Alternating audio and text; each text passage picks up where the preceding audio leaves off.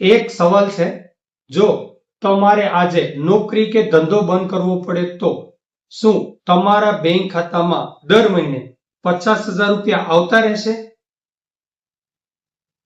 મોટા ભાગના લોકોનો જવાબ છે ના. પણ વિચારો, નિવૃત્તિ પછી 20 થી 25 વર્ષ સુધી ઘર ખર્ચ, દવા ખર્ચ, પ્રવાસ અને શોખ માટે પૈસા ક્યાંથી આવશે?